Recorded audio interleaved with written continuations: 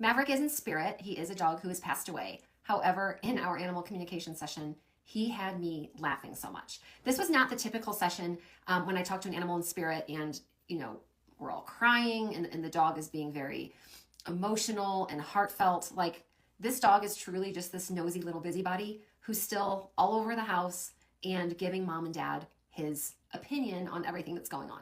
The very first thing he said to mom and dad is, "I'm smarter than you think."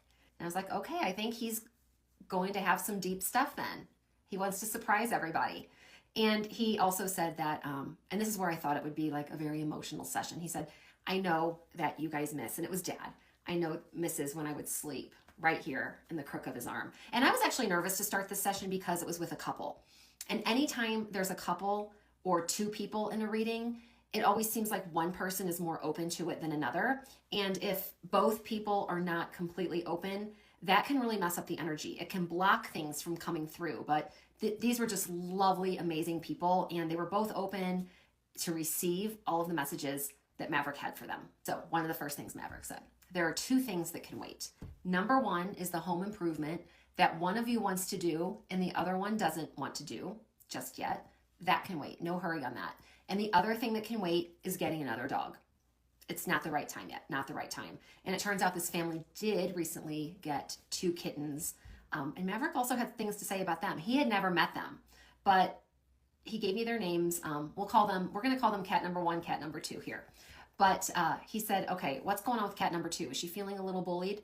They're like, yeah, maybe she is a little bit. He said, well, she's getting body slammed. She's getting body slammed by the other kitten, and it doesn't feel good. So just keep your eyes on them a little bit, because when you're not home, she's getting body slammed.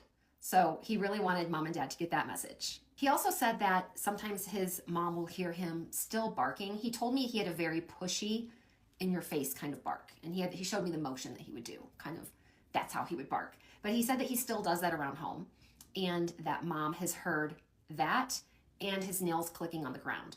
And she didn't remember ever hearing the barking. She doesn't hear that, although he claims that she does. But she said she has heard the nails clicking on the floor. So he went on to say one of the favorite things about his home was the way that dad would play with him. He liked really rough play, and he liked it when dad instigated that. And he had a message for mom. And when he was telling me what his message is for mom, I was just sitting here saying, no, I'm not saying that, Maverick. I'm not saying it. And I will have that conversation with animals sometimes before I say something out loud. I will literally say to an animal, please don't make me say it. I can't say it. But he's like, no, you have to say it. So I said to mom, have you gained weight?